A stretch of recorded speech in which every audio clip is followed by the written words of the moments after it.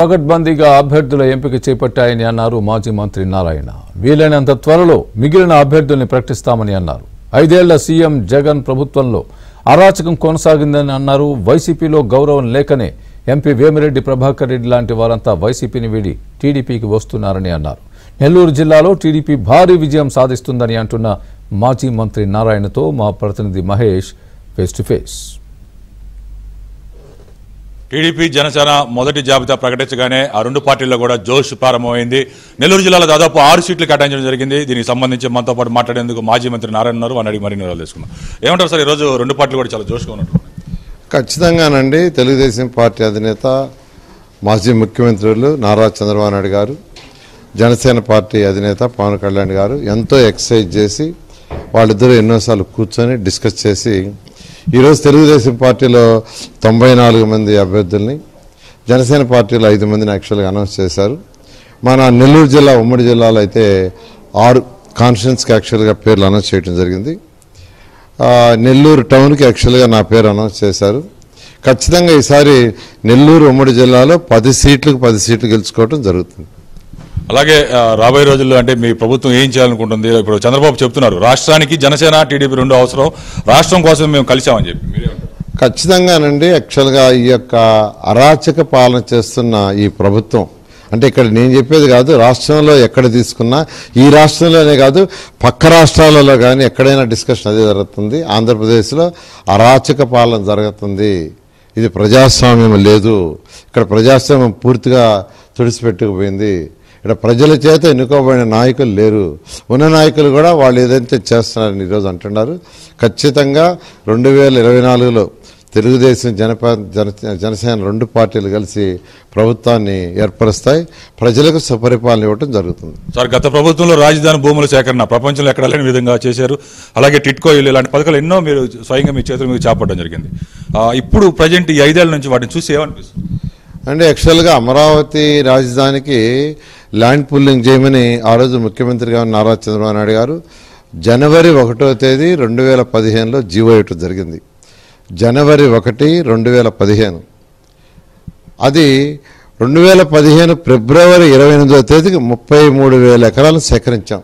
అంటే 58 రోజుల్లో ఎటువంటి లిటిగేషన్ లేకుండా, ఒక్క లీగల్ లిటిగేషన్ లేకుండా 58 రోజుల్లో 33,000 ఎకరాలని ల్యాండ్ పూలింగ్ని ప్రజలు ఇచ్చారు. అంటే వాళ్ళ యొక్క నమ్మకంతో ఇచ్చారు, ప్రభుత్వం మీద నమ్మకంతో. లేకంటే ప్రపంచంలో ఎక్కడా లేదండి.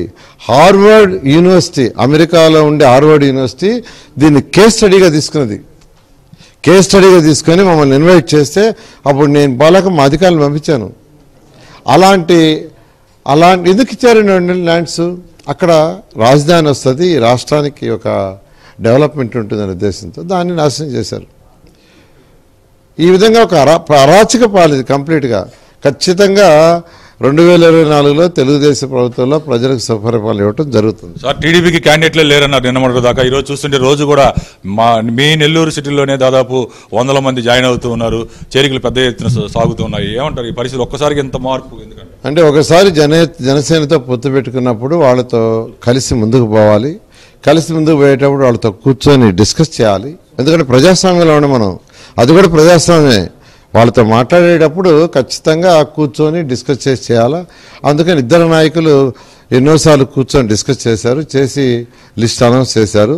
అయితే లిస్ట్ అనౌన్స్ చేసే లోపల ఈరోజు జగన్మోహన్ రెడ్డి గారు వాళ్ళ యొక్క నాయకులు వాళ్ళ క్యాండిడేట్స్ వెళ్ళారన్నారు. మా బ్రహ్మాండమైన క్యాండిడేట్స్ వచ్చారు. ఈరోజు క్యాండిడేట్స్ లేక కాదు, అసలు వైసీపీ నుంచి తీసుకుంటే మొత్తం ఖాళీ అయిపోద్ది, ఎవరు ఉండరు.